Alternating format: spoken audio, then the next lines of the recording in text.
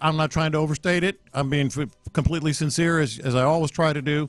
This wasn't a good trade. This was a great trade. And I'm dumbfounded by some of the things I've seen from a national perspective, some of the things I've seen from a local perspective as well, in terms of, well, I don't know. Look, the thing you have to remember about this is we've talked about it since the end of the season when it became increasingly apparent these guys don't fit Bobby Slowick's system.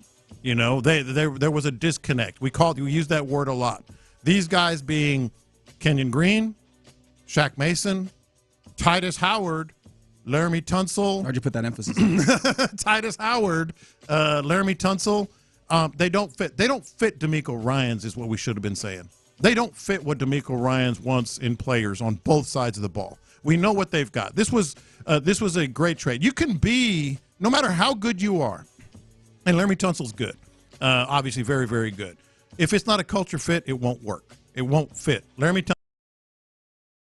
Tunsil did not and want in every position room. And this idea of him being a leader that's been thrown out there is garbage. It's hogwash. You can be a great dude.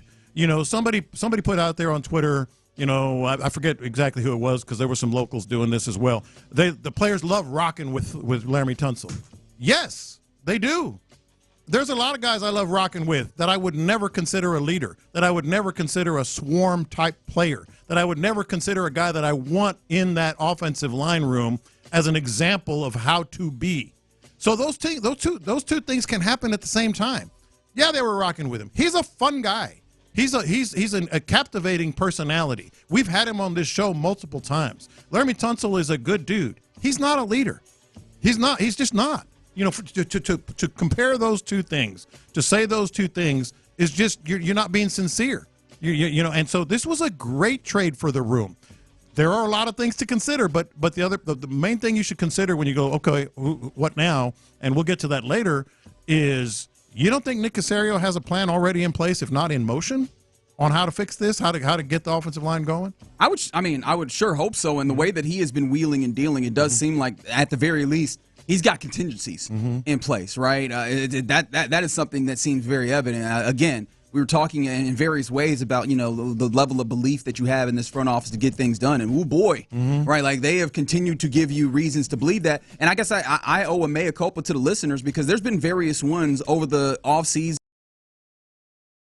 and maybe even football season that have said, can we trade Laremy Tunsil? And I hadn't been able to see it. Like, I did not have the vision to be able to see this likely happening, right? Like, he costs a lot of money, but mind you, and this is where, you know, the disconnect between the local response to Laremy Tunsil being traded, you know, kind of also pops in with the, you know, the ways that national perspectives, guys, even folks that you would look at and you'd say, hey, man, you seem like you were tapped in and that you really watched tape and everything.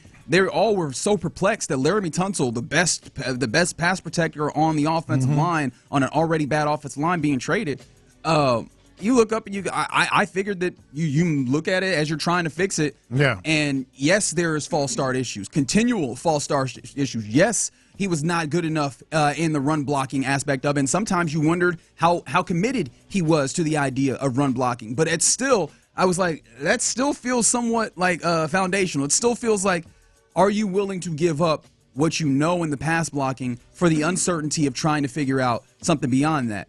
And what's apparent is that the standard is the standard. That's something that's a direct quote from D'Amico Ryans, and it's one of those things that you wonder if it's kind of one of those coach things or one of those things that just in general life, right? Somebody in a position of power has standards. However, it goes to a point, right? Standards up to a certain point. We could talk about this in an entirely different way when we see, you know, players get in trouble with the law or what have you, or if they're hassles to some degree. You look up and you go, yeah, but he is so good, right? Look, there seems to be no caveat here with D'Amico Ryans. The standard is the standard. You need to be swarmy. You need to be able to, like, you know, fully exhibit all the things that is necessary for us to get this done. Yeah. Otherwise, we will try and find a way to get somebody who will. And they moved off of a really hefty contract, but they also moved off of something that a player that did not seem to, like, fit culturally with what they. Here's the best way I can put it, and this to me says everything you need to know. Set the false start stuff aside. Just forget that it happened. How could you, though? I'm getting somewhere with this. Set the false start stuff aside. Set the run blocking stuff aside. Their stated goal is that their number one priority is to protect C.J. Stroud, and they got rid of their best pass blocker.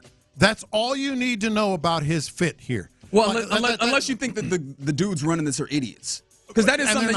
They're not. But I imagine from an outside perspective, that is something you cannot assume in the NFL. Sometimes we give everybody the benefit of the doubt, saying that they are competent at their job. These dudes we know they are more than competent at their job. So you can't go to the place that they're just idiots, which I think that's the national perspective. They were like, "What are you idiots doing, sending away one of the best offensive linemen?" But what I'm saying is, if you think he's a leader, they just got rid of their best pass blocker.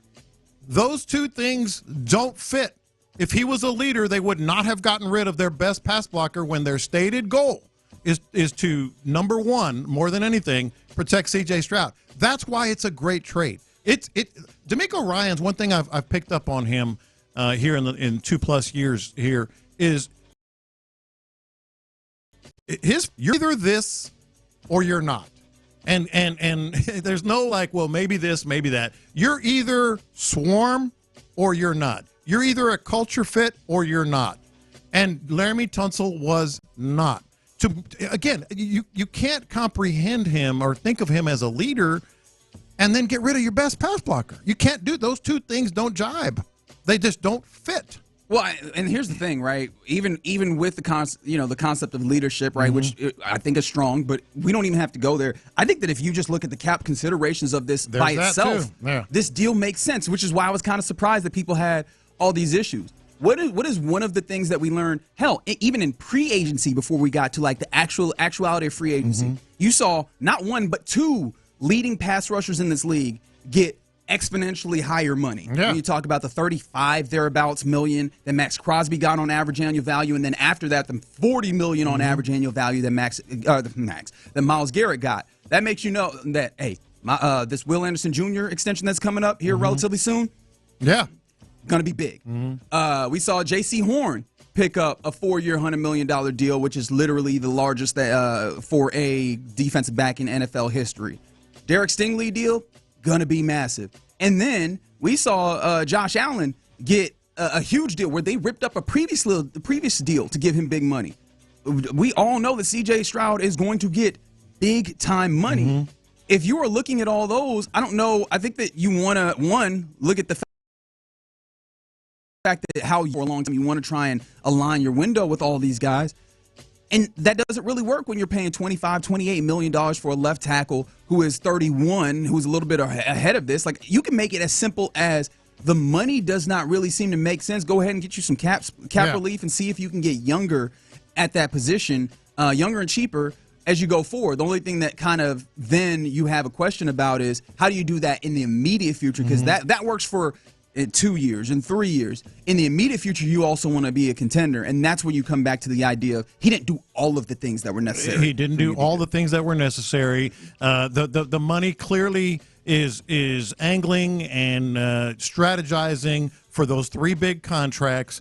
But again, coming into this season, this is a team that wants to win now. Look at the moves that they've made elsewhere defensively. This defense, and we're going to get into it, has gotten a lot better, or certainly has gotten better.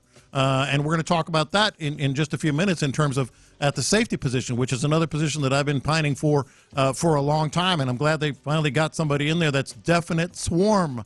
And we'll get to that. But when you look at Laremy Tunsil and you talk about Laremy Tunsil, it is a loss in terms of the here and now, clearly, even no matter the lack of leadership, lack of swarm or whatever. But you don't think Nick Caserio already has the next 2-3 moves planned? Of course he does. And it's going to make for some very big decisions now and in the draft for sure. I like that you have Nick Caserio as Batman, right, who just on his tool belt has plans for all the other superheroes in case they get out of line. Like, you know what I mean?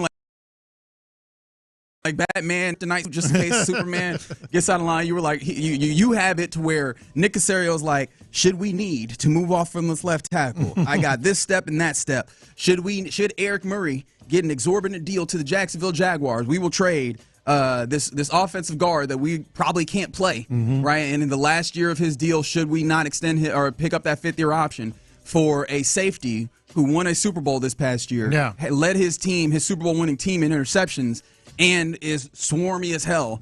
If you didn't hear that, we'll talk more about that here coming up. Kenyon Green is on his way to the Eagles as C.J. Gardner-Johnson, previously of the Super Bowl champion Eagles, will make his way to Houston.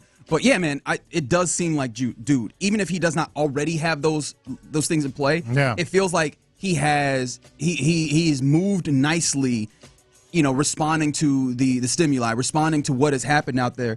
And as of right now, this has been I think all of the logic in the moves have made sense. You just got to stick the landing, because I think the big question you still got the bodies you got to get. Yeah, the big question I have is, oh man, the defense looks like it's going to be tough. We'll talk more about that, right? It looks like you're setting yourself up to be able to answer some questions at wide receiver. I still need to figure out what the offensive line is.